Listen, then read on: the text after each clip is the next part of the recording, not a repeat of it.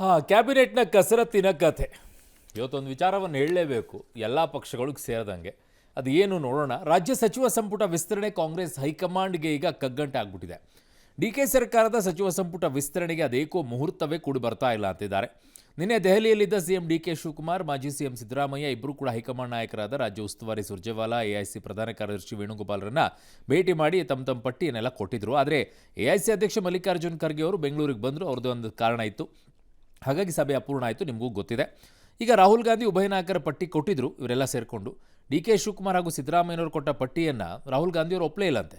ಯಾಕೆ? ಹೊಸ ಪಟ್ಟಿ ತರಕ್ಕೆ ಹೇಳಿದಾರಂತೆ. 20 ಸಚಿವ ಸ್ಥಾನ ಇದೆ, 43 ಶಾಸಕರ ಪಟ್ಟಿಯನ್ನು ಇವರು ಕೊಟ್ಟಿದ್ದಾರೆ. ಇದರಲ್ಲಿ ಹಿಂದಿನ ಸರ್ಕಾರದಲ್ಲಿದ್ದ 11 ಮಾಜಿ ಸಚಿವರ ಹೆಸರನ್ನೇ ಹಾಕ್ಬಿಟ್ಟಿದ್ದಾರೆ. ಹೀಗಾಗಿ ಮುಂದಿನ ಚುನಾವಣೆಯನ್ನು ಗಮನದಲ್ಲಿ ಇಟ್ಕೊಂಡ್ಬಿಟ್ಟು ಹಿರಿಯರಿಗೆ ಪಕ್ಷ ಸಂಘಟನೆಯ ಹೊಣೆ ಕೊಡಿ, ಜೊತೆಗೆ ಹೊಸಬರಿಗೆ ಅವಕಾಶ ಕಲ್ಪಿಸಿಕೊಡಿ ಅಂತ ಹೇಳಿ ಒಂದು ಪಟ್ಟಿ ರೆಡಿ ಮಾಡ್ಕೊಂಡು ಬರೋಕ್ಕೆ ಹೇಳಿದ್ದಾರೆ. ಸಿದ್ದರಾಮಯ್ಯ ಹಾಗೂ ಡಿ.ಕೆ. ಶಿವಕುಮಾರ್ ಇಬ್ಬರು ಕೂಡ ಈಗ ಬೆಂಗಳೂರಿಗೆ ವಾಪಸ್ಸಾಗಿದ್ದಾರೆ. ಮಲ್ಲಿಕಾರ್ಜುನ್ ಖರ್ಗೆ ಅವರು ಸೋಮವಾರ ದೆಹಲಿಗೆ ಹೋಗ್ತಾರೆ. ಡಿ.ಕೆ. ಶಿವಕುಮಾರ್ ಹಾಗೂ ಸಿದ್ದರಾಮಯ್ಯನವರಿಗೆ ಮತ್ತೆ ಕರೆಯೋ ಸಾಧ್ಯತೆ ಇದೆ, ಕರೆದೇ ಕರೀತಾರೆ, ಅನುಮಾನನೇ ಇಲ್ಲ. ಸೊ ಈ ಕಡೆಗೆ ಸಿಎಂ ಡಿ.ಕೆ. ಶಿವಕುಮಾರ್ ಮತ್ತು ಸಿದ್ದರಾಮಯ್ಯನವರ ಪಟ್ಟಿಯಲ್ಲಿದ್ದಂಥ ಪ್ರಮುಖರು ಯಾರ್ಯಾರು, ಇವರು ಕೊಟ್ಟಿದ್ರಲ್ಲ ಒಂದು 11 ಜನರದ್ದು, ಯಾರ್ಯಾರು ನೋಡ್ಬಿಡೋಣ. ರೈಟ್. ಡಿ.ಕೆ. ಸಿದ್ದು ಪಟ್ಟಿಯಲ್ಲಿದ್ದ ಹಿರಿಯರು ಯಾರ್ಯಾರು ಅಂದರೆ ರಾಹುಲ್ ಗಾಂಧಿಗೆ ಇದೆಲ್ಲ ಸ್ವಲ್ಪ ಸಮಾಧಾನ ತಂದಿಲ್ಲ ಈ ಹೆಸರುಗಳು. ಇದ್ದಿದ್ಯಾರು? ಜಮೀರ್ ಅಹಮದ್ ಅವರು ಮಾಜಿ ಸಚಿವ, ಎಲ್ಲ ಮಾಜಿ ಸಚಿವರೇ ಹೆಚ್ಚು ಕಡಿಮೆ. ಚಲುವರಾಯಸ್ವಾಮಿ ಹೆಸರಿತ್ತು, ಎಚ್.ಕೆ. ಪಾಟೀಲ್ ಅವರ ಹೆಸರಿತ್ತು. ಅದಾದ ನಂತರ ಲಕ್ಷ್ಮೀ ಹೆಬ್ಬಾಳ್ಕರ್ ಹೆಸರನ್ನ ಇವರು ಬರ್ಕೊಂಡು ಹೋಗಿದ್ದರು. ಸಂತೋಷ್ ಲಾಡ್ ಅವರ ಹೆಸರಿತ್ತು. ಆಮೇಲೆ ಎಸ್ ಮಲ್ಲಿಕಾರ್ಜುನ್, ಇವರೆಲ್ಲ ಸಿದ್ದರಾಮಯ್ಯನವರ ಸಂಪುಟದಲ್ಲಿದ್ದ ಮಂತ್ರಿಗಳೇ. ಶಿವಾನಂದ ಪಾಟೀಲ್ ಅವರ ಹೆಸರಿತ್ತು. ಶಿವರಾಜ್ ತಂಗಡಗಿ, ಮಧು ಬಂಗಾರಪ್ಪ, ನಾಗೇಂದ್ರ ಅವ್ರಿಗೊಂದು ಅವಕಾಶ ಕೊಡಬೇಕು ಅಂತ ಸಿದ್ದರಾಮಯ್ಯನವ್ರ ಮನಸ್ಸಲ್ಲಿತ್ತು ಪಾಪ. ಇನ್ನು ಮಂಕಾಳು ವೈದ್ಯ, ಇವರೆಲ್ಲ ಮಾಜಿ ಸಚಿವರ ಹೆಸರುಗಳು ಇತ್ತು. ಆದರೆ ಇದಕ್ಕೆ ಸ್ವಲ್ಪ ಅಸಮಾಧಾನ ವ್ಯಕ್ತಪಡಿಸಿ ಪದೇ ಪದೇ ಅವ್ರವ್ರ ಹೆಸರನ್ನೇ ತರ್ತಿರಲ್ಲ, ಸ್ವಲ್ಪ ಹೊಸಬರು ಕೊಡಿ, ಫಸ್ಟ್ ಟೈಮ್ ಮಂತ್ರಿ ಆಗೋವಂಥವ್ರಿಗೆ ಅವಕಾಶ ಕೊಡಿ, ಮುಂದಿನ ಚುನಾವಣೆಯನ್ನು ಗಮನದಲ್ಲಿಟ್ಕೊಂಡು. ಇವರೆಲ್ಲ ಬೇಕಾದ ಸರ್ತಿ ಅಧಿಕಾರ ಅನುಭವಿಸಿದ್ದಾರೆ ಅನ್ನೋ ಲೆಕ್ಕಾಚಾರದಲ್ಲಿ ರಾಹುಲ್ ಗಾಂಧಿ ಅವರು ಹೇಳಿದಾರಂತೆ. ಹಾಗಂತ ಸಚಿವ ಸಂಪುಟಕ್ಕೆ ಬಂದಿದ್ದೀವಿ, ಚರ್ಚೆ ಮಾಡಿದ್ದೀವಿ. ಡೆಲ್ಲಿ ಅವರು ಏನು ಹೇಳಬೇಕು ನನಗೆ ಹೇಳಿದ್ದಾರೆ. ಇವತ್ತು ಖರ್ಗೆ ಸಾಹೇಬರು ಇಲ್ಲ, ಅವರು ನಾಳೆ ಬರ್ತಾರೆ. ಬಂದ ಮೇಲೆ ಏನು ತೀರ್ಮಾನ ಮಾಡ್ತಾರೆ, ಹೈಕಮಾಂಡ್ ಏನು ಮಾಡ್ತಾರೆ, ನಾವೆಲ್ಲ ನಮ್ಮ ಅಭಿಪ್ರಾಯಗಳನ್ನೆಲ್ಲ ತಿಳಿಸಿದ್ದೀವಿ. ಅವರೇನು ಮಾರ್ಗದರ್ಶನ ಕೊಡಬೇಕು ಕೊಟ್ಟಿದ್ದಾರೆ. ಅವ್ರು ಯಾವಾಗ ಹೇಳ್ತಾರೋ ನಾನು ಸಿದ್ಧತೆ ಮಾಡ್ಕೊಂಡಿದ್ದೀನಿ. ಹಾಸ್ಪಿಟಲ್ಗೆ ಹೋಗ್ತಾರೆ, ಅದಕ್ಕೆ ನಾನು ಇಲ್ಲಿದ್ದೀನಲ್ಲ, ಸರ್ಕಾರ ಎಲ್ಲ ಬಂದವ್ರಿಗೆ ಕೇಳಿ ಸಂಪುಟ ವಿಸ್ತರಣೆ ಚರ್ಚೆ ಅಂತ ಆಗಿದೆ. ನಮ್ಮ ಅಭಿಪ್ರಾಯ ಏನು ಹೇಳ್ಬೇಕು ಕೇಳಿದ್ದೀವಿ. ಸೊ ಮಿಕ್ಕಿದೆಲ್ಲ ಹೈಕಮಾಂಡ್ ಬಿಟ್ಟಂಥ ವಿಚಾರ, ಆದಷ್ಟು ಬೇಗ ಮಾಡ್ತಾರೆ. ಸೊ ಮಾಡೋದು ಒಳ್ಳೆಯದು ರಾಜ್ಯದ ಹಿತದೃಷ್ಟಿಯಿಂದ. ಸೊ ಅವ್ರದ್ದು ಇದೆ, ಹೊಸಬ್ರಿಗೆ ಕೊಡಬೇಕಂತ ಒಂದು ಆಸೆ ಇದೆ ಅವರಿಗೆ. ಕೊಡೋದ್ರಿಂದ ಒಳ್ಳೇದು, ಯಾಕಂದ್ರೆ ಹೊಸ ಲೀಡರ್ಶಿಪ್ ಬರುತ್ತೆ. ಸೊ ಪಾರ್ಟಿಗೆ ಅಸೆಟ್ ಆಗ್ತಾರೆ. ಇದೇ ಅದೇ ಅಲ್ಲಿ ಚರ್ಚೆ ನಡೀತಾ ಇದೆ. ಒಂದಂತಿ ಕೊಡಲೇಬೇಕು, ಕಂಪಲ್ಸರಿ, ನೋ ಡೌಟ್ ಒಂದಂತಿ ಕೊಡಲೇಬೇಕು. ಸೊ ಎರಡನೇದು ಅದು ಹೈಕಮಾಂಡ್. ಸಾಂಪ್ರದಾಯಿಕ ರೆಸಿಪಿ, ಮತ್ತಷ್ಟು ಬೇಕೆನಿಸುವ ರುಚಿ. ಕೋಡುಬಳೆ ಅಂದ್ರೆ ಅಡುಕಲೆ. ರೈಟ್. ಇನ್ನು ಡಿ.ಕೆ. ಶಿವಕುಮಾರ್, ಸಿದ್ದರಾಮಯ್ಯ ನೀಡಿದ ಪಟ್ಟಿಯಲ್ಲಿರುವ ಅದೇ ಹಳೇ ಹೆಸರುಗಳನ್ನ ಕಂಡು ರಾಹುಲ್ ಗಾಂಧಿ ಅವರು ಬೇಸರ ವ್ಯಕ್ತಪಡಿಸ್ಬಿಟ್ಟಿದ್ದಾರೆ. ಹೊಸ ಮುಖಗಳಿಗೆ ಆದ್ಯತೆ ನೀಡಲೇಬೇಕು ಅಂತ ಕಟ್ಟಾಜ್ಞೆಯನ್ನು ಹೊರಡಿಸಿದ್ದಾರೆ. ಹೀಗಾಗಿ 60-40 ಫಾರ್ಮುಲಾ ಮುಂದಿಟ್ಟಿದ್ದಾರೆ. 60% ಹೊಸಬರಿಗೆ ಅವಕಾಶ ಕೊಟ್ಟರೆ 40% ಹಿರಿಯರಿಗೆ ಪ್ರಾಧಾನ್ಯತೆ ನೀಡಬೇಕು ಅನ್ನೋ ಪ್ರಸ್ತಾಪವನ್ನು ಮುಂದಿಡಲಾಗಿದೆ. ಇನ್ನು ಸಂಪುಟ ವಿಸ್ತರಣೆಗೆ ಹೈಕಮಾಂಡ್ನ ಫಾರ್ಮುಲಾ ಏನು ಅಂತ ನೋಡ್ಬೋಣ. ಸೊ ಏನಿದೆ, ಸಂಪುಟ ವಿಸ್ತರಣೆಗೆ ಒಂದು ಫಾರ್ಮುಲಾ ರೆಡಿ ಮಾಡ್ಕೊಂಡಿದ್ದಾರೆ. 60-40 ಫಾರ್ಮುಲಾ ಇದು. 60% ಹೊಸಬರಿಗೆ ಆದ್ಯತೆಯನ್ನು ನೀಡಬೇಕು ಅನ್ನುವಂಥದ್ದಿದೆ. ಇವೆಲ್ಲ ಫಾರ್ಮುಲಾಗಳಿರುತ್ತೆ, ಕಾರ್ಯರೂಪದಲ್ಲಿ ಬರಬೇಕಾದ್ರೆ ಇವೆಲ್ಲ ಟುಸ್ಪಟಾಕಿ ಆಗ್ಬಿಡುತ್ತೆ. ಎಷ್ಟು ನೋಡಿಲ್ಲ ಇಂಥವೆಲ್ಲ, ಏನೇನು ಫಾರ್ಮುಲಾಗಳು. ಒಬ್ಬೊಬ್ಬೊಬ್ಬೊಬ್ಬ 40% ಹಿರಿಯ ಶಾಸಕರು, ಮಾಜಿ ಸಚಿವರಿಗೆ ಅವಕಾಶ ಅಂತಿದ್ದಾರೆ. ಮುಂದಿನ ಚುನಾವಣೆ ಇದೆಯಲ್ಲ, ಅದನ್ನು ಗಮನದಲ್ಲಿ ಇಟ್ಕೊಂಡ್ಬಿಟ್ಟು ಈ ಸಂಪುಟ ವಿಸ್ತರಣೆಯನ್ನು ಮಾಡ್ಕೊಳ್ತಾ ಇದ್ದಾರೆ. ಓಕೆ. ಸೊ ಒಮ್ಮೆಯೂ ಕೂಡ ಸಚಿವರಾಗದವರಿಗೆ ಅವಕಾಶವನ್ನು ಕೊಡಿ ಅಂತ ಹೇಳ್ತಾ ಇದ್ದಾರೆ. ಸಮುದಾಯ ಮತ್ತು ಪ್ರಾದೇಶಿಕವಾರು ಆದ್ಯತೆಯನ್ನು ಕೊಡಿ. ಹೊಸ ಮುಖಗಳು 60 ವರ್ಷದೊಳಗಡೆಗಿರಲಿ. ಹಳೆ ಮುಖಗಳು 70-75 ವರ್ಷ ಆದರೂ ಕೂಡ ಪರಿಗಣಿಸಿ. ಹಳೆಯ ರೆಡಿಮೇಡ್ ಫಾರ್ಮುಲಾ ಎಲ್ಲ ತರಕ್ಕೆ ಹೋಗಬೇಡಿ ನೀವು. ಸೊ ಪಟ್ಟಿ ಸಿದ್ಧಪಡಿಸಿ ಕಳುಹಿಸಿ, ಚರ್ಚೆ ಆಮೇಲೆ ಮಾಡ್ತೀವಿ ಅಂತ ಹೇಳಿದ್ದಾರೆ. ಸೊ ಇದು ಬೆಳವಣಿಗೆ ಈಗ ಕ್ಯಾಬಿನೆಟ್ನ ವಿಚಾರದಲ್ಲಿ. ಸೊ ಬಹಳ ಚೆನ್ನಾಗಿದೆಯಲ್ವ ಅರವಿಂದ್ ಇವೆಲ್ಲ ಫಾರ್ಮುಲಾಗಳು. ಎಲ್ಲ ಪಕ್ಷಗಳು ಸಂಪುಟ ವಿಸ್ತರಣೆ ಮಾಡಬೇಕಾದ್ರೆ ಅಥವಾ ಸರ್ಕಾರ ರಚನೆ ಮಾಡಬೇಕಾದ್ರೆ ಹೀಗೆ ಆಗೋದು. ಇದೇ ಲೆಕ್ಕಾಚಾರನೇ, ಹಿಂಗಲ್ಲ ಹಿಂಗೆ ಅಂತ ಅಂದ್ಬಿಟ್ಟು ರೆಡಿ ಮಾಡ್ಕೋತಾರೆ. ಬಟ್ ನೀವು ಹೇಳ್ದಂಗೆ ಇವಾಗ ಕೂತ್ಕೊಂಡಾಗ ಚರ್ಚೆಗೆ ಫೈನಲ್ ಮಾಡೋಣ ಅಂತ ಬಂದಾಗ ಇವ್ರು ಹೇಳ್ತಾರೆ 60% ಹೊಸಬರು ಕೊಡಿ ಅಂತಾರೆ, 40% ಹಳಬರು ಕೊಡಿ ಅಂತಾರೆ, ಸಮುದಾಯಕ್ಕೆ ಕೊಡಿ ಅಂತಾರೆ, ಪ್ರಾದೇಶಿಕವಾರು ಆದ್ಯತೆ ಕೊಡಿ ಅಂತಾರೆ. ಹಿಂಗಾದಾಗ ನಿಮಗೆ ಯಾರು ಕೊಡಬೇಕು ಅಂತಿರುತ್ತೆ ಅವ್ರ ಹೆಸರೇ ಡಿಲೀಟ್ ಆಗ್ಬಿಟ್ಟಿರುತ್ತೆ, ಇನ್ಯಾರೋ ಒಬ್ಬರು ಬಂದು ಕೂತ್ಕೊಂಡ್ಬಿಟ್ಟಿರ್ತಾರಲ್ಲಿ. ಸೊ ಹೀಗೆಲ್ಲ ಆಗುತ್ತೆ ನಾವು ನೋಡಿರೋ ಪ್ರಕಾರ. ಇದನ್ನೇ ಜಾರಿಗೆ ತರೋದು ತುಂಬ ಕಷ್ಟ ಸಾಧ್ಯ ಅಂತ ನನ್ನ ಪ್ರಕಾರ ವಾದ. ಅದು ಕಷ್ಟನೇ, ನೀವು ಹೇಳ್ತಾ ಇರೋ ರೀತಿಯಲ್ಲಿ ಆ ಬೆಳವಣಿಗೆಯಲ್ಲಿ ಅದನ್ನು ತರುವಂಥದ್ದು ಕಷ್ಟ ಆಗುತ್ತೆ. ಯಾಕೆ? ಒಂದು ಬೆಸ್ಟ್ ಎಕ್ಸಾಂಪಲ್ ಏನು ಅಂತಂದರೆ ಅರವಿಂದ್, ನೀವು BJP ಮತ್ತು ಕಾಂಗ್ರೆಸ್ ಎಲ್ಲರದ್ದು ಕೂಡ ಸಚಿವ ಸಂಪುಟವನ್ನು ನೋಡ್ಕೊಳ್ಳಿ. ಅಲ್ಲಿ ಏನು ಮೂಲವಾಗಿ ಇಟ್ಕೊಂಡಿರ್ತಾರೆ, ಮನ್ನಣೆ ಕೊಡೋದೇನು ಅಂದರೆ ನಮ್ಮ ರಾಜ್ಯದಲ್ಲಿ ಒಕ್ಕಲಿಗರು, ಲಿಂಗಾಯತರು, ಕುರುಬರು, ದಲಿತರು, ಮುಸ್ಲಿಮು, ಕ್ರಿಶ್ಚಿಯನ್, ಇಷ್ಟೇನಾ? ಸಣ್ಣ ಸಣ್ಣ ಸಮುದಾಯಗಳಿಗೆ ಪ್ರಾಧಾನ್ಯತೆ ಕೊಡಬೇಕು ಅಂದರೆ ಓಟು. ಎಲ್ಲ ಪಕ್ಷಗಳದ್ದು ಹಣೆ ಬರನೇ ಇದೇ ಆಗಿದೆ. ಇಷ್ಟು 5 ಬಿಟ್ಬಿಟ್ರೆ ಈ ಕಡೆಗೆ ಒಕ್ಕಲಿಗರು, ಲಿಂಗಾಯತರು, ಕುರುಬರು, ದಲಿತರು, ಮುಸ್ಲಿಮು, ಕ್ರಿಶ್ಚಿಯನ್, ಈ 5 ಬಿಟ್ಬಿಟ್ರೆ ಇನ್ನು ಒಬ್ಬರನ್ನ ಯಾರನ್ನಾದರೂ ಮಂತ್ರಿ ಮಾಡುವಂಥವ್ರನ್ನ ಅಲ್ಲಿ ಇಲ್ಲಿ ಒಂದೆರಡು ಕಾಣಿಸ್ಬೋದು ಅಷ್ಟೇ. ತುಂಬ ಮೈನ್ಯೂಟ್ ಕೊಡೋದೇ ಇಲ್ಲ. ಏನಕ್ಕೆ? ಯಾಕೆ? ಆದರೆ ಟಿಕೆಟ್ ಕೊಡಬೇಕಾದ್ರೆ ಅವ್ರನ್ನ ಗುರುತಿಸ್ಕೊಡ್ತಾರೆ, ಯಾವ ಯಾವ ಕಡೆ ಅವರಿದ್ದಾರೆ ಅಲ್ಲಿ. ಯಾಕೆ? ಅಲ್ಲಿ ಗೆಲ್ಲಬೇಕಲ್ಲ. ಗೆಲ್ಲೋದಕ್ಕೋಸ್ಕರ ನೀವು ಬೇಕು ಆಯಾ ಕ್ಷೇತ್ರಗಳಲ್ಲಿರುವಂಥ ಜಾತಿಗಳು. ಅದನ್ನೇ ಹೇಳಕ್ಕೆ ಹೊರಡ್ತಾ ಇರೋದು. ಮಾನ್ಯ ಮಾಜಿ ಮುಖ್ಯಮಂತ್ರಿ ಆದಂಥ ಸಿದ್ದರಾಮಯ್ಯನವರು ತಮ್ಮನ್ನು ತಾವು ಅಹಿಂದ ನಾಯಕ ಅಂತ ಕರ್ಕೊಳ್ತಾರೆ ಅಲ್ವಾ? ಅಲ್ಪಸಂಖ್ಯಾತ ಹಿಂದುಳಿದ ದಲಿತ ನಾಯಕರು ಅಂತ ಹೇಳಿ. ಆಯಿತು, ದಲಿತರಲ್ಲಿ 4-5 ಜನನ ಹೊರತುಪಡಿಸಿರಿ ಇನ್ಯಾರನ್ನ ಗುರುತಿಸಿದ್ರಪ್ಪ ನೀವು? ಕಾಂಗ್ರೆಸ್ಸು, BJP ಎಲ್ಲನೂ ಹೇಳ್ತಾ ಇದ್ದೀನಿ ನಾನು, 2 ಪಕ್ಷನ ಸೇರ್ಕೊಂಡು ಹೇಳ್ತಾ ಇದ್ದೀನಿ. ನಿಮ್ಮ ಪಕ್ಷದಲ್ಲಿ ಬಂದರೆ ದಲಿತರು ಇವರು ಯಾರೋ ಆಗ್ತಾರೆ ಅಂತ ಇರುತ್ತೆ, ಕಾಂಗ್ರೆಸ್ಸಲ್ಲಿ ಬಂದರೆ ಇವರಲ್ಲಿ ಯಾರು ಆಗ್ತಾರೆ ಅನ್ನೋದು ಕರೆಕ್ಟಾಗಿ ಹೇಳ್ತಾರೆ. ಅವರನ್ನು ಹೊರತುಪಡಿಸಿ ದಲಿತರನ್ನ ಯಾರು ಗುರುತಿಸಿದ್ರಿ? ಓಕೆ. ಲಿಂಗಾಯತರಲ್ಲಿ ಹೊರತುಪಡಿಸಿ 4-5 ಜನ ಹೆಸರುಗಳು, ಕಾಂಗ್ರೆಸ್ ಬಂದರೆ ಅದೇ 4, BJP ಬಂದರೆ ಅದೇ 4. ಅವ್ರ ಬಿಟ್ಟರೆ ಇನ್ಯಾರನ್ನ ಗುರುತಿಸ್ತೀರಾ ನೀವು? ಗುರುತಿಸೋದಿಲ್ಲ. ಒಕ್ಕಲಿಗರು ಬಂದರೂ ಅದೇ ಲಿಸ್ಟು. ಆದರೆ ಒಂದು ಬೆಸ್ಟ್ ಎಕ್ಸಾಂಪಲ್ಲು ಬೆಳಗಾವಿ, ಗದಗ, ಲಿಸ್ಟೇ ಹೇಳ್ಕೊಂಡು ಹೋಗ್ತೀರಿ, ಹೆಸರುಗಳನ್ನು ಹೇಳಕ್ಕೆ ಹೋಗೋದಿಲ್ಲ. ಏನು ಪರಿಸ್ಥಿತಿಗಳಲ್ಲಿ ಬೆಳಗಾವಿಯಲ್ಲಿ ಕಾಂಗ್ರೆಸ್ನಲ್ಲಿ ಯಾರಾಗ್ತಾರೆ ಮಂತ್ರಿ? ಜಾರಕಿಹೊಳಿ ಫ್ಯಾಮಿಲಿಯಲ್ಲಿ ಅವರೇ ಆಗ್ತಾರೆ. ಜಾರಕಿಹೊಳಿ ಫ್ಯಾಮಿಲಿಯಲ್ಲಿ ಯಾರಿಗೆ ಕೊಟ್ಟಿದ್ದೀರಾ? ಮೊನ್ನೆ ಮೇಡಮ್ ಅವರಿಗೆ ಲಿಂಗಾಯತ ಕಮ್ಯುನಿಟಿ, ಅಲ್ಲಿ ST ಕಮ್ಯುನಿಟಿ ಜಾರಕಿಹೊಳಿ ಅವರದ್ದು. ಬೇರೆ ಯಾರಿಗಿದೆ? ಗದಗಿಗೆ ಬರೋಣ. HK ಪಾಟೀಲ್ ಅವ್ರನ್ನ ಹೊರತುಪಡಿಸಿರಿ ಇನ್ಯಾರಿಗೆ ಮಂತ್ರಿ ಸ್ಥಾನ ಸಿಕ್ತು? ಯಾವ ಜಿಲ್ಲೆಗಳನ್ನು ತಗೊಳ್ರಿ, ಎಲ್ಲ ಜಿಲ್ಲೆಗಳ ಹೆಸರುಗಳನ್ನು ಹೇಳ್ತಾ ಹೋಗ್ಬಿಟ್ರೆ ಒಬ್ಬೊಬ್ಬರದ್ದು ಒಂದೊಂದು. ಮೈಸೂರಿಗೆ ಬನ್ನಿ, ಬೆಂಗಳೂರಿಗೆ ಬನ್ನಿ, ಫಿಕ್ಸು ಇವರೇ ಮಂತ್ರಿಗಳು ಅಂತೇಳಿ, ಬೇರೆದವ್ರಿಗೆ ಮಂತ್ರಿಗಳೇ ಇಲ್ಲ. ಓಕೆ, ಇನ್ನೂ ಒಂದು ಹಂತಕ್ಕೆ ಹೋಗ್ತೀನಿ. ಪ್ರಾದೇಶಿಕವಾರು ಕೊಡುವಂಥ ಕೆಲಸ. ಪ್ರಾದೇಶಿಕವಾರು ಅಂದರೆ ಯಾವ ರೀತಿಯಾಗಿ ನಿಮ್ಮದು? ಆ ಭಾಗ ಉದ್ಧಾರ ಆಗಿಲ್ಲ, ಪ್ರತಿ ಜಿಲ್ಲೆಗೂ ಪ್ರಾಧಾನ್ಯತೆ ಕೊಡಬೇಕು ಅನ್ನೋದಿರೋದು. ಎಷ್ಟು ಜಿಲ್ಲೆಗಳಿಗೆ ಕೊಟ್ಬಿಡ್ತಾರೆ ಅರವಿಂದ್? ಹಂಗೆ ನೋಡಿದರೆ ಅವರು ಎಲ್ಲರನ್ನೂ ಒಂದೊಂದು ಜಿಲ್ಲೆಯಿಂದ ಆಯ್ಕೆ ಮಾಡ್ಕೊಂಡು ಬರಬೇಕು. ಹಾಗೆ ಮಾಡಬೇಕು. ಆ್ಯಕ್ಚುಲಿ ಇರೋದೇ ಹಾಗೆ. ಎಲ್ಲಿದೆ? 34, 33+1 ಮುಖ್ಯಮಂತ್ರಿಗಳನ್ನ ಇಟ್ಕೊಂಡ್ರೆ 34 ಇರಬೇಕು. ಈ 34ರಲ್ಲಿ ನಿಮಗೆ 32 ಜಿಲ್ಲೆಗಳೇ ಆಗೋಗ್ಬಿಡುತ್ತೆ. 32 ಒಂದೊಂದು ಜಿಲ್ಲೆಗಳಿಗೆ ಸಚಿವ ಸ್ಥಾನ ಕೊಡಬೇಕು. ಬೆಂಗಳೂರಿನಲ್ಲಿ ಉಳಿದವ್ರಿಗೆಲ್ಲ ಕೊಟ್ಬಿಟ್ಟಿರ್ತೀರಾ, ಎಲ್ಲಾಗುತ್ತೆ ನಿಮಗೆ ಎಲ್ಲ ಜಿಲ್ಲೆಗಳಿಗೆ ಪ್ರಾತಿನಿಧ್ಯ? ಹಂಗೆ ಮಾಡೋಕ್ಕೂ ಆಗಲ್ವಲ್ಲ ಅರುಣ್. ಯಾಕೆ ಅಂತಂದರೆ ಇವಾಗ ಉದಾಹರಣೆಗೆ ನೀವು ಕೊಡಗು ಮತ್ತು ಬೆಂಗಳೂರು ಜಿಲ್ಲೆ, ಬೆಂಗಳೂರು ಜಿಲ್ಲೆ ಒಂದೇ ರೀತಿ ನೋಡ್ತೀರಾ? ನಾನು ಹಂಗೆ ಹೇಳ್ತಾ ಇಲ್ಲ. ನಾನು ಹೇಳ್ತಾ ಇರೋದು ಪ್ರಾದೇಶಿಕವಾರು ನೀವು ಪ್ರಾತಿನಿಧ್ಯ ಕೊಡೋದೇ ಆದರೆ ಎಲ್ಲರನ್ನೂ ಸಮಾನವಾಗಿ ನೋಡಬೇಕಲ್ವಾ? ಅಲ್ಲಿ ನೋಡಿದಾಗ ಇಲ್ಲೇನಾಗುತ್ತೆ, ಏರಿಯಾ ವೈಸ್ ಲೆಕ್ಕ ತಗೊಂಡ್ರೆ ಹೌದಲ್ವಾ? ಬೆಂಗಳೂರಿಗೆ ಒಬ್ಬರಿಗೆ ಕೊಡ್ತೀರಾ? ಬೆಸ್ಟ್. ನಾನು ಕೇಳೋವಂಥದ್ದು, ಈಗ ಕೆಲವು ಖಾತೆಗಳನ್ನು ನೀವು ಸೆಲೆಕ್ಟೆಡ್ ಆಗಿ ಕೆಲವು ಮಂತ್ರಿಗಳಿಗೆ ಕೊಡ್ತೀರಾ, ಅವ್ರು ಬೆಂಗಳೂರಲ್ಲೇ ಇರ್ತಾರೆ, ಉತ್ತರ ಕರ್ನಾಟಕಕ್ಕೆ ಹೋಗೋದೇ ಇಲ್ಲ. ಉತ್ತರ ಕರ್ನಾಟಕದ ಅಭಿವೃದ್ಧಿ ಆಗೋದು ಹೇಗೆ? ಅದೇ ಕರ್ನಾಟಕದ ನೋಡೋದು ಹೇಗೆ? ಅಲ್ಲಿರುವಂಥ ಜನ ಅಂತೂ ಕೇಳಲ್ಲ. ಅಲ್ಲಿರುವಂಥ ಲೀಡರ್ಸ್ಗಳಿಗೆ ಜೈ ಜೈ ಜೈ ಜೈ ಅನ್ಕೊಂಡು ನಮ್ಮವ್ರು ಓಡಾಡ್ತಾ ಇರ್ತಾರೆ. ಗೆಲ್ಲಿಸ್ದವ್ರನ್ನೇ ಗೆಲ್ಸ್ಕೊಂಡು ಹೋಗ್ತಿರ್ತಾರೆ. ಅವನೇನು ಕಡದ ಗುಡ್ಡೆ ಹಾಕಿದ ಆ ಕ್ಷೇತ್ರದಲ್ಲಿ ಆ ಶಾಸಕ ಅನ್ನುವಂಥದ್ದನ್ನು ಯಾರು ಕೇಳೋಕ್ಕೂ ಆಗಲ್ಲ. ಉತ್ತರ ಕರ್ನಾಟಕದಲ್ಲಿ, ಕಲ್ಯಾಣ ಕರ್ನಾಟಕದಂತೂ ಅಧೋಗತಿ. ಅವರಂತೂ ಕೇಳೋದು ಇಲ್ಲ. ಅವ್ರೇನಾದರೂ ಏನೋ ಅಂತಿದ್ದಾರೆ, ಇಷ್ಟೇ. ಈ ಮನಸ್ಥಿತಿ ಇರಬೇಕಾದಂಥ ಟೈಮ್ನಲ್ಲಿ ಪ್ರಾತಿನಿಧ್ಯ ಕೊಡಬೇಕಾಗಿರೋದೇನು? ಪ್ರಾದೇಶಿಕವಾರು, ಜಾತಿವಾರು. ಈ 4-5 ಜಾತಿಗಳನ್ನು ಗುರುತಿಸ್ಕೊಂಡ್ಬಿಟ್ಟು ಅದೇ ಜಾತಿಗಳು ಕೊಟ್ಕೊಂಡು ಹೋಗ್ಬಿಟ್ರೆ ಇನ್ನುಳಿದಂಥ ಜಾತಿಗಳು ನಿಮಗೆ ಯಾಕೆ ಓಟ್ ಹಾಕಬೇಕು? ಆಗಿದ್ದಾಗ ಎಷ್ಟು ಜಾತಿಗಳು ಹಿಂದುಳಿದಿದ್ರಲ್ಲಿದೆ? ಹಿಂದುಳಿದ ವರ್ಗಗಳಲ್ಲಿರುವಂಥ ಜಾತಿಗಳ ಪಟ್ಟಿಯನ್ನು ನೋಡಿ. ಇದೇನಾ ಮಾನ್ಯ ಸಿದ್ದರಾಮಯ್ಯನವರು ಹಿಂದುಳಿದ ವರ್ಗಗಳಿಗೆ ಕೊಡಬೇಕಾಗಿರುವಂಥ ಮಾನ್ಯತೆ? ನೀವು ಕೇವಲ ಅಲ್ಪಸಂಖ್ಯಾತರಿಗೆ, ಆ ಕಡೆಗೆ ದಲಿತರಿಗೆ ಕೊಟ್ಬಿಟ್ರೆ ನಡುವಿರುವಂಥ ಎಲ್ಲೋಯ್ತು ಹಿಂದುಳಿದ ವರ್ಗದವರು? ಯಾವ ಪ್ರಾತಿನಿಧ್ಯವನ್ನು ಕೊಡ್ತೀರಾ ಮಂತ್ರಿಗಳ ಸ್ಥಾನದಲ್ಲಿ? ಆದರೆ ಚುನಾವಣೆ ಬಂದಾಗ ನಿಮಗೆ ಪ್ರಣಾಳಿಕೆಯಲ್ಲಿ ಏನು ಹೇಳ್ತಾರೆ ಗೊತ್ತಾ? ರಾಜ್ಯದ ಕಟ್ಟ ಕಡೆಯ ಒಂದು ಸಣ್ಣ ಸಮುದಾಯಕ್ಕೂ ನಾವು ಪ್ರಾತಿನಿಧ್ಯ ಕೊಡ್ತೀವಿ ಅಂತ ಹೇಳ್ತಾರೆ. ಪುಂಗಿ ಎಲ್ಲ ಏನು ಕೊಡಲ್ಲ. ಆಮೇಲೆ ಇನ್ನೊಂದು ಪುಂಗಿ, ನೀವು ಆರಂಭದಲ್ಲಿ ಒಂದು ಪಾಯಿಂಟ್ ಹೇಳಿದ್ರಲ್ಲ, ಈಗ ಕಮ್ಯುನಿಟಿ ವೈಸ್ ಪ್ರಬಲ 5 ಕಮ್ಯುನಿಟಿಗಳಲ್ಲಿ ಬಂದಾಗ ಅವರವರೇ ಆಗ್ತಾರೆ. ಈಗ ನಾನು ಹೆಸರೇ ತಗೋತೀನಿ ಉದಾಹರಣೆಗೆ, NY ಗೋಪಾಲಕೃಷ್ಣ ಅವರು 7 ಬಾರಿ ಶಾಸಕರು. ಹೌದು. ನಿಮಗೆ ಸಮುದಾಯದ ಲೆಕ್ಕ ಬಂದಾಗ ಅವ್ರ ಸಮುದಾಯದ ಕೋಟದಲ್ಲಿ ಆದವರೇ ಆಗ್ತಿದ್ದಾರೆ. 7 ಸರ್ತಿ ಶಾಸಕರಾದರೂ ಕೂಡ ಅವ್ರು ಇನ್ನೂ 1 ಸರ್ತಿನೂ ಮಿನಿಸ್ಟರ್ ಆಗಿಲ್ಲ. ಆ ವಿಚಾರಕ್ಕೆ ಬರ್ತೀನಿ. ಇನ್ನೊಂದು ಕಡೆ ಫಸ್ಟ್ ಟೈಮ್ MLA ಆಗಿರ್ತಕ್ಕಂಥವ್ರು ಪ್ರಭಾವದಲ್ಲಿ ಮಂತ್ರಿಗಳಾಗ್ತಾರೆ, ನೋ ಡೌಟ್. ಅದರಲ್ಲಿ ಯಾಕೆ ಡೌಟ್ ಯಾಕೆ ಇಟ್ಕೊಳ್ಳೋಣ? ಸಿದ್ದರಾಮಯ್ಯನವರು ಕೆಳಗಿಳಿದ್ರು ಅಂತ ಹೇಳ್ಬಿಟ್ಟು ಅವರ ಪುತ್ರನಿಗೆ ಅವಕಾಶವನ್ನ ಮಾಡಿಕೊಟ್ರು. ಪ್ರಿಯಾಂಕ ಖರ್ಗೆ ಅವ್ರು ಹೇಗಾದ್ರು? ಎಷ್ಟು ಹೆಸರುಗಳು ಬೇಕು? ಸಾಲು ಸಾಲು ಶಾಸಕರದ್ದು ಬರುತ್ತೆ.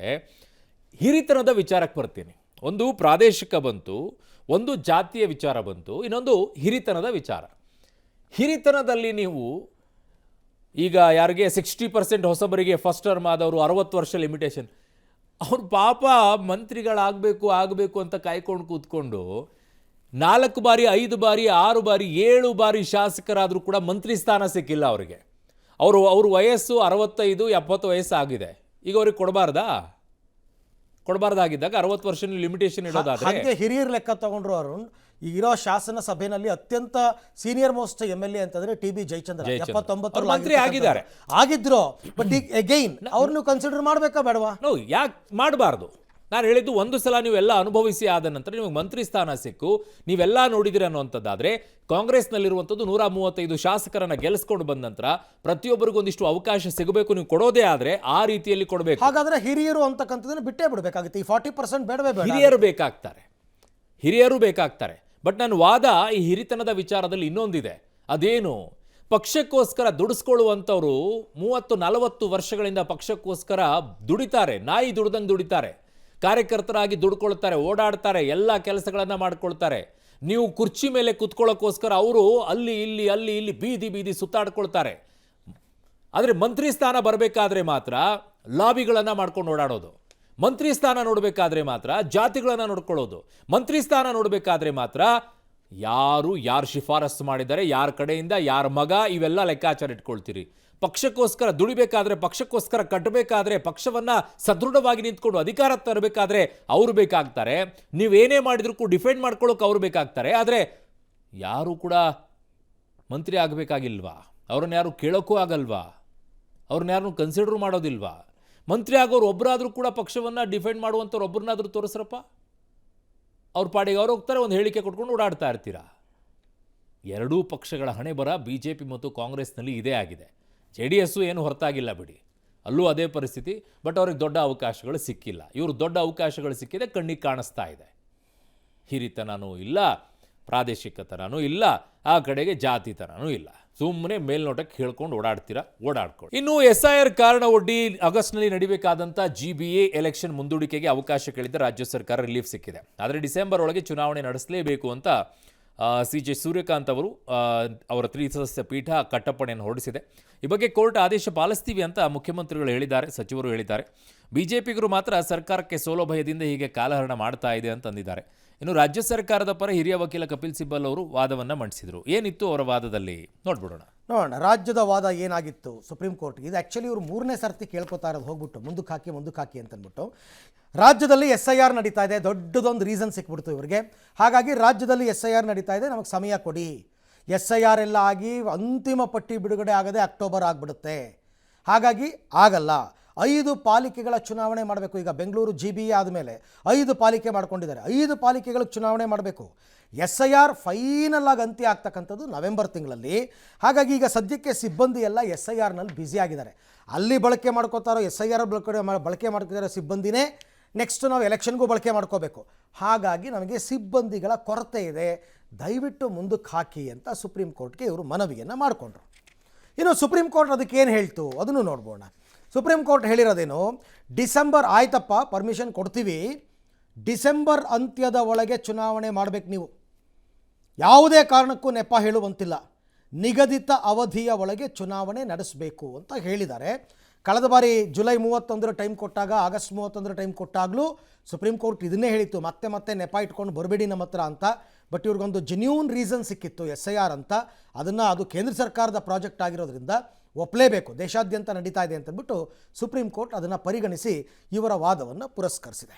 ನಮ್ಮ ಸರ್ಕಾರ ನಾವೇ ಮನವಿ ಮಾಡಿಕೊಂಡಿದ್ದು SIR ನಡೀತಾ ಇದೆ. ಟೈಮು ಕೂಡ ಎಕ್ಸ್ಟೆಂಡ್ ಮಾಡಿದ್ರು ಅಂತ ನಾವು ಸುಪ್ರೀಂ ಕೋರ್ಟ್ ಏನು ಆದೇಶ ಇದೆ ಅಷ್ಟರೊಳಗಡೆ ನಾವು ಚುನಾವಣೆ ಮಾಡ್ತೀವಿ. ಅದಲ್ಲದೆ ನಾನು ಎಲ್ಲ ಗ್ರಾಮ ಪಂಚಾಯತಿ, ಜಿಲ್ಲಾ ಪಂಚಾಯತಿ, ಮುನ್ಸಿಪಾಲ್ಟಿ, ಕಾರ್ಪೊರೇಷನ್ಗಳು ಯಾವುದ್ಯಾವುದಿದೆ ಎಲ್ಲ ಕೂಡ ನಾನು ಆ ಟೈಮ್ ಒಳಗಡೆ ಎಲೆಕ್ಷನ್ ಮುಗಿಸ್ತೀನಿ. ನೋಡಿ, ಮತ್ತೆ ಎಕ್ಸ್ಟೆನ್ಷನ್ ಕೇಳುವ ಯಾವ ಉದ್ದೇಶನೂ ಕೂಡ ಸರ್ಕಾರಕ್ಕೆ ಇಲ್ಲ. ಈಗಲೂ ಕೂಡ ನಾವು ಚುನಾವಣೆ ಮಾಡಲಿಕ್ಕೆ ರಾಜಕೀಯವಾಗಿ ನಾವು ತಯಾರಿದ್ದೇವೆ. ಆದರೆ SIR ಪ್ರಕ್ರಿಯೆ ನಡೆದಿದೆ. ಎಲ್ಲ ಅಧಿಕಾರಿಗಳು SIRನ್ನು ಮಾಡೋದ್ರಲ್ಲೇ ಹರಸಾಹಸ ಪಡ್ತಾ ಇದ್ದಾರೆ.